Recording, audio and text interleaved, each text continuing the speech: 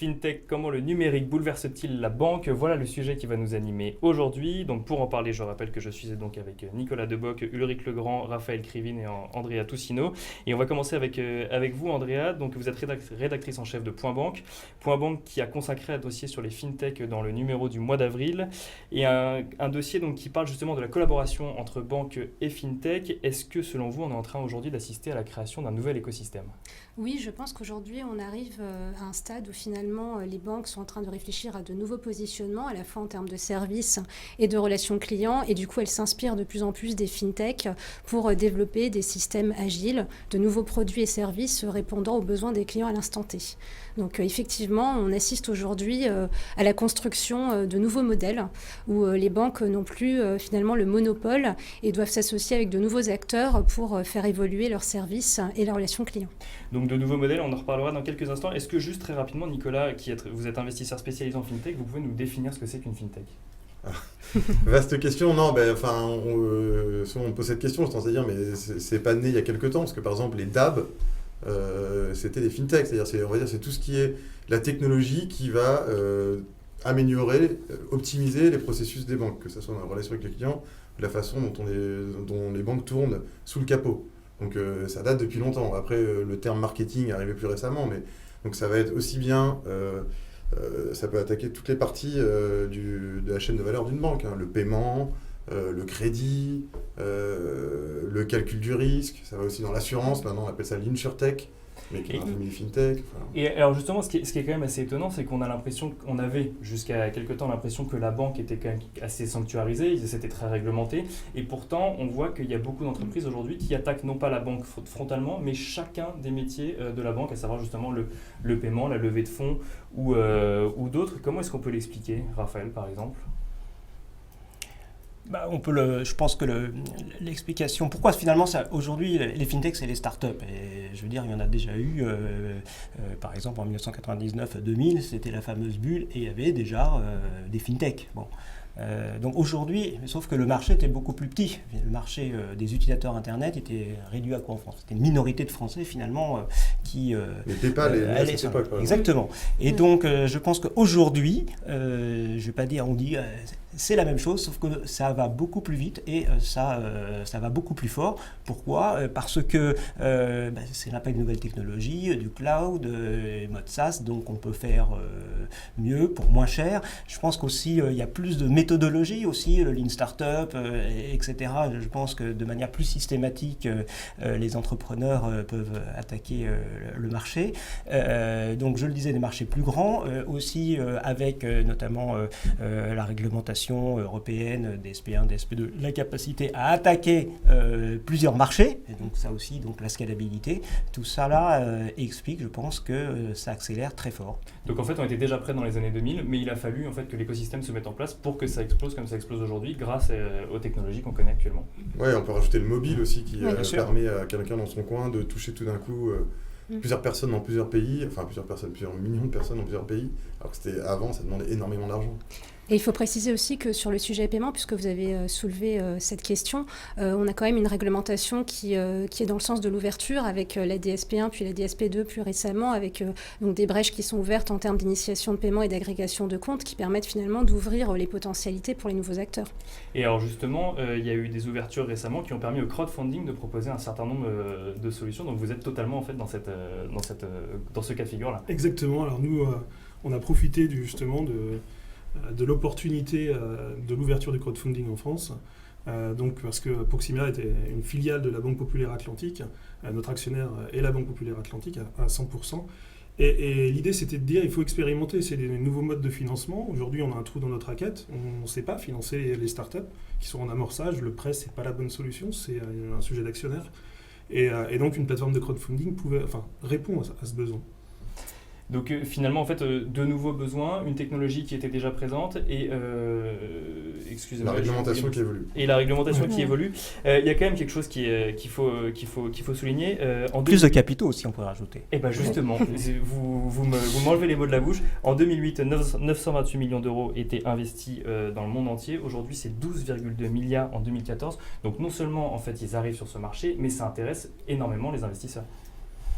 Oui, enfin on peut même, certains parlent de bulles, est-ce qu'il n'y en a pas eu trop c'est sûr que ça s'est fortement accéléré. Moi je travaille chez Balderton Capital qui est un fonds basé à Londres, et Londres, alors ils essaient de se mettre sur la carte, mais ils le sont un peu quand même, la capitale européenne des fintech, et on a énormément d'investissements dans le secteur, mais parce que c'est proche de la City, parce que, enfin voilà, il y a toute cette historique.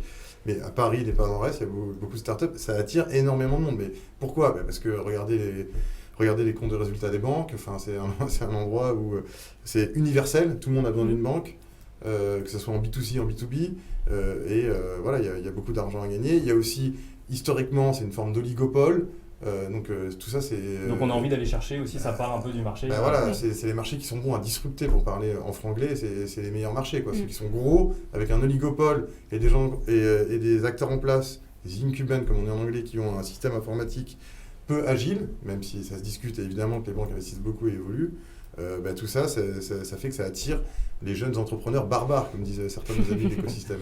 Alors, on parlera dans un instant de la réaction des banques au fintech. Juste avant, est-ce qu'aujourd'hui, avec les solutions existantes, on peut totalement se passer d'une banque quand on est un consommateur ?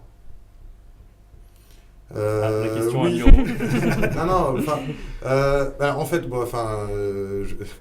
il y a un truc que personne n'arrive à faire et qu'il n'y a que les banques qui font, c'est ce qu'on appelle la création monétaire. C'est-à-dire, en fait, les banques, comment elles gagnent de l'argent ? Elles créent de l'argent ex nihilo quand on fait en fait, ce qu'on appelle une banque, c'est un établissement de crédit. Déjà, on dit banque en général, mais il y a établissement de paiement, établissement de crédit. Et là, la partie faire du crédit, prêter de l'argent, peu de gens ont le droit de le faire et peu de gens peuvent le faire. Il faut vraiment avoir de fortes réglementations et être une banque, en fait. Après, pour tout, donc en général, il y a toujours ce que je disais tout à l'heure, une banque à un moment dans l'équation pour détenir les comptes et ce genre de choses. Mais après, toutes les couches qu'il y a au-dessus, on peut petit à petit le faire sans une banque. Et d'ailleurs, je crois qu'il y a les gens de France FinTech, enfin un peu le lobby des FinTech qui organise une journée bientôt, et ils vont faire cette expérience de peut-on passer une journée en France sans toucher à sa banque.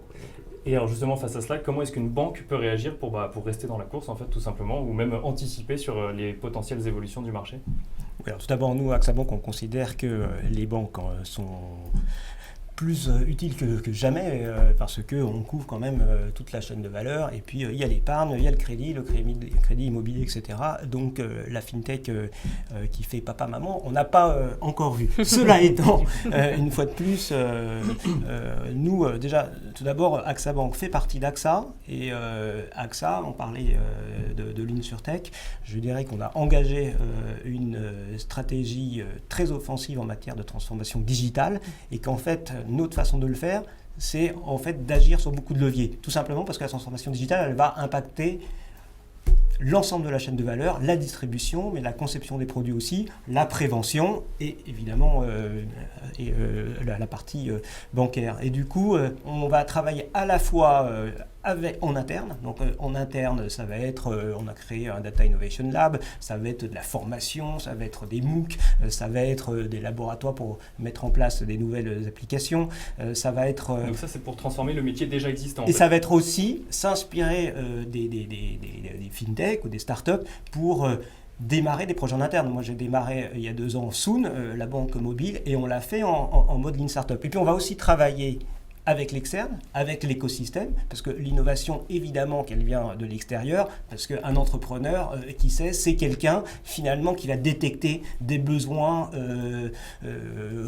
pour lesquels il ne trouve pas de réponse. Des défaillances de marché. Ouais. Voilà, il va dire, je vais y aller. Il y a des profs qui ont travaillé là-dessus, je crois Israël Kirzner, un prof de New York. Enfin, voilà, il y a beaucoup de littérature là-dessus.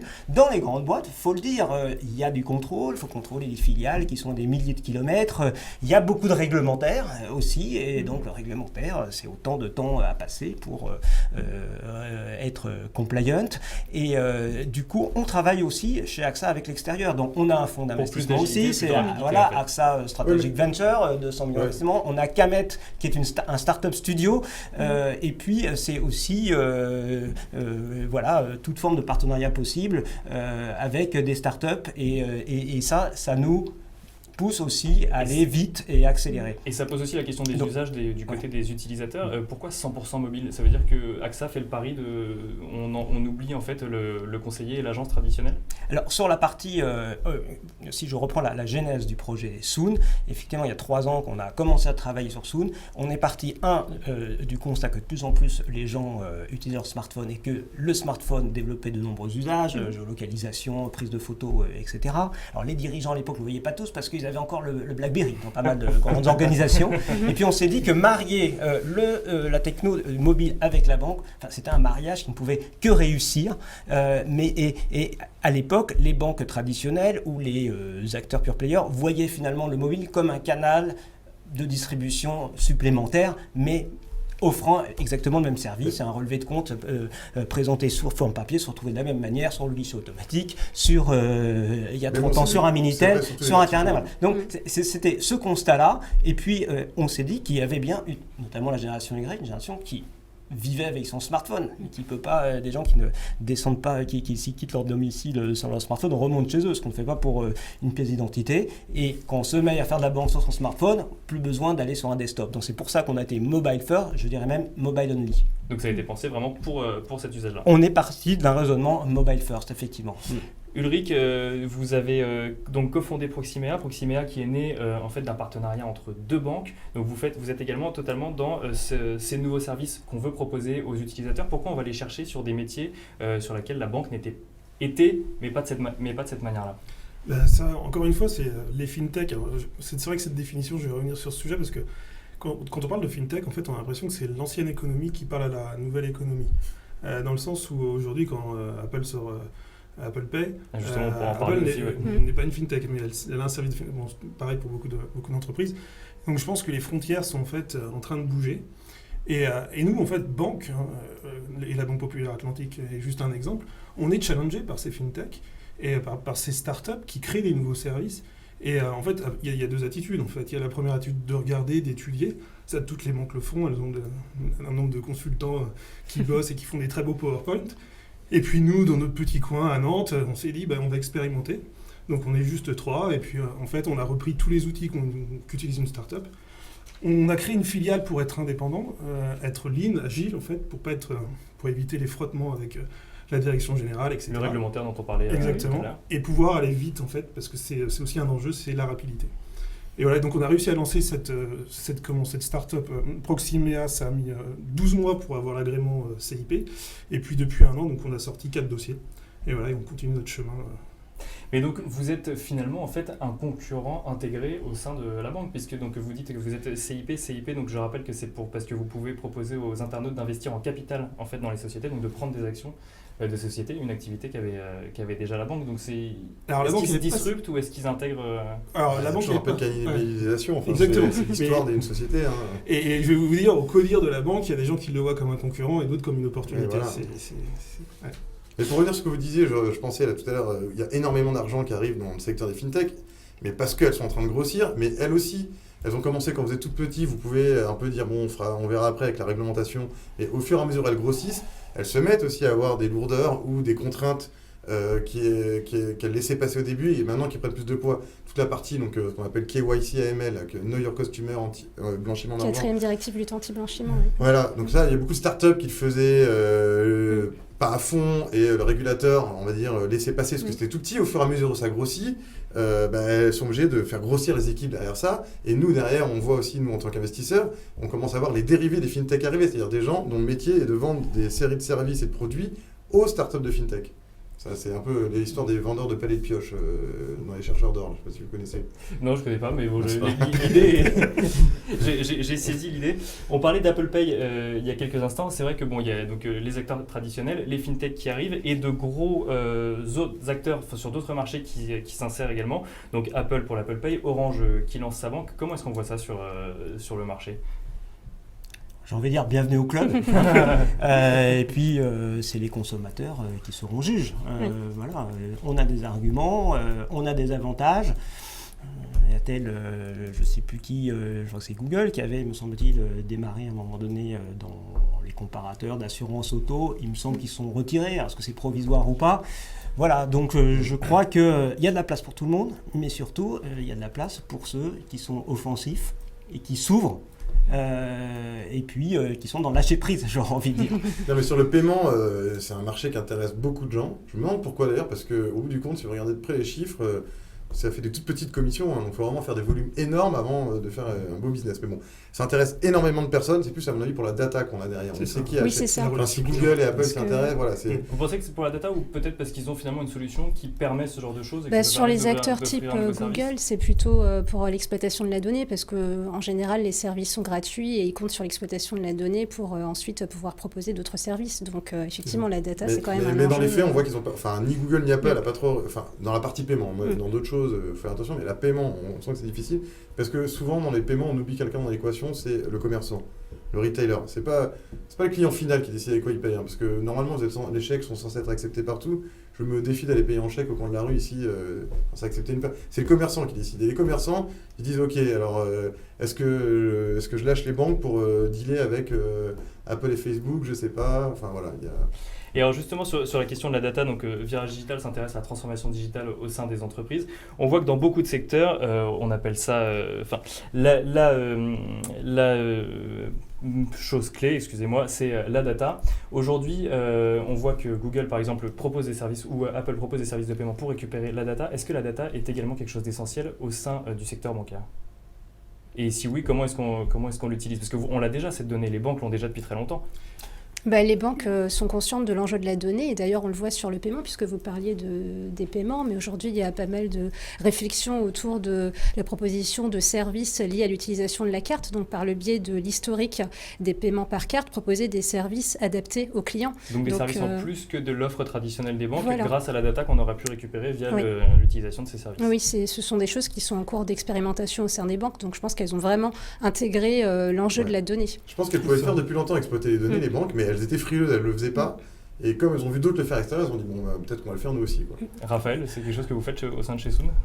Non, on ne le fait pas parce que je pense que, pour le faire, il faut des volumes considérables de clients, donc on a 2 ans d'existence, et deuxièmement, il faut le faire aussi avec l'accord, l'opt-in du De client. l'utilisateur, bien Il y a sûr. quelques exemples qui montrent que on peut aussi se planter et finalement subir un risque de réputation, comme on dit. Donc nous, dans le groupe AXA, on est extrêmement vigilants sur le sujet des données personnelles. Et j'ai envie de dire que le banquier qu'on voit aussi finalement historiquement comme c'est le coffre-fort aussi, où on pouvait laisser dormir tranquillement son argent, en tout cas le faire fructifier, mais en tout cas le mettre à l'abri, eh bien, il y a peut-être aussi un sujet autour de la protection des datas, parce qu'il y a bien une relation avec le consommateur de donne-moi de l'information, et puis je pourrais faire des choses. En matière de crédit immobilier, le consommateur donne beaucoup d'informations, bulletins de salaire, etc.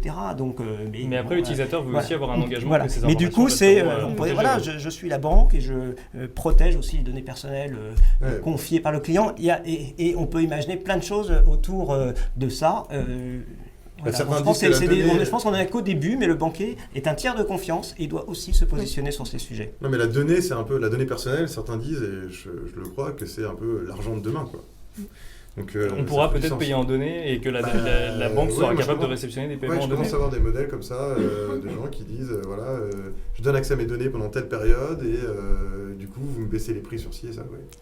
Je pense que c'est un domaine d'innovation, incontestablement. Et on pourra faire du crowdfunding en données, du coup. C'est un vaste sujet, là. Non, mais en fait, moi, je pense que les banques vont quand même devenir de plus en plus des entreprises technologiques. On a, c'est vrai, ces données, elles n'ont pas été exploitées. Il commence à y avoir en effet des échantillons, des tests pour voir ce qu'on peut faire avec ces données. Mais évidemment que demain, ces données, ça permet de prendre des décisions beaucoup plus vite, plus sûres. Donc il y a plein de choses d'intéressantes en fait, à faire avec toutes les données qu'on a. Mais attention, parce qu'on focalise beaucoup là sur la banque de détail, mais je peux dire qu'en banque de financement, d'investissement, en salle de marché, en investment banking, ça fait longtemps qu'ils ont des data scientists qui font du high frequency trading, et donc on pourrait aussi appeler ça des fintech, et qui font tourner des modèles très évolués pour anticiper où va aller le marché, etc. Donc, et ils utilisent effectivement aussi la technologie pour bien sûr, créer de nouveaux services. Ce qu'on appelle le big data, les Hadoop, Scala, etc. Évidemment, dans la salle de marché, ils n'ont pas attendu. C'est pour ça qu'ils étaient payés très très cher il y a très longtemps, il y a 30 ans, parce qu'en fait c'était les premiers justement à faire du big data. Voilà, effectivement, donc ça se monétise bien. Exactement. Est-ce que, pour finir, avant de passer au pitch, est-ce que vous connaissez les blockchains ? Oui. Oui. Est-ce que pour vous, est-ce qu'on peut dire que c'est la prochaine révolution dans le secteur bancaire? Est-ce qu'on peut même assister à la fin de la banque telle qu'on la connaît avec ces blockchains? Alors moi, personnellement, je pense que tout le monde parle de Bitcoin et blockchain en rapport avec les fintech. Je pense qu'on se trompe, moi j'appelle ça plutôt de la legal tech. C'est-à-dire, là où ça change beaucoup de choses, c'est dans tout ce qui est, on va dire, le droit, qui est propriétaire de quoi, les notaires, etc. Donc après, effectivement, les banques et les assurances sont en dérivé autour de ça, parce que des actes de propriété, c'est important, mais à la base, c'est surtout une espèce de consensus distribué qui change les relations légales, plus que les relations financières. Voilà mon avis. Et moi, incontestablement, c'est vrai que c'est l'innovation de rupture la plus spectaculaire. Et c'est celle qui peut faire bouger les lignes très fort. Et d'ailleurs, il y a beaucoup de fonds d'investissement qui s'y intéressent de très près, qui investissent massivement. Donc on va voir ce que ça donne. On voit que les grandes banques s'y intéressent. Je crois qu'hier, c'était Airbnb qui s'y intéresse, mais sur un autre sujet, c'est plutôt la réputation des personnes à distribuer. Donc il y a plein de choses qui vont sortir de cette technologie, puisqu'en fait, la blockchain, c'est un protocole, quoi. Andrea, Raphaël, un petit mot sur les blockchains? La blockchain, je pense que c'est incontestablement un sujet primordial pour les banques, puisque la plupart sont en train d'expérimenter différents cas d'application du blockchain, alors non seulement sur le paiement, mais aussi sur, par exemple, le trade finance ou les échanges sécurisés. Donc, effectivement, ce sera partie intégrante de la banque de demain, je pense. Raphaël, pour venir.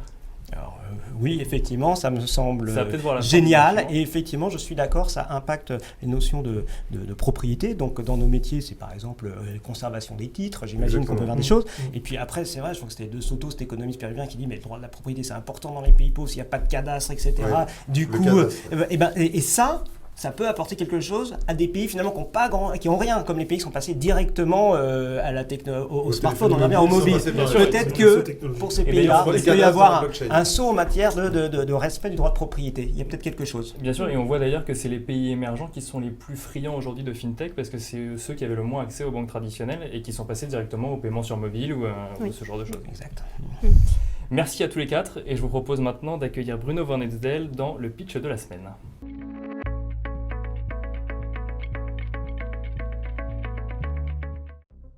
Demain appartient aux plus rapides. Pour vous aider à aller toujours plus vite, nous avons créé une nouvelle entreprise totalement dédiée à l'avenir de votre secteur. Où les hommes, la technologie et les idées font avancer le monde ensemble. Accélérer l'innovation, accélérer le changement, accélérer l'avenir. Hewlett Packard Enterprise.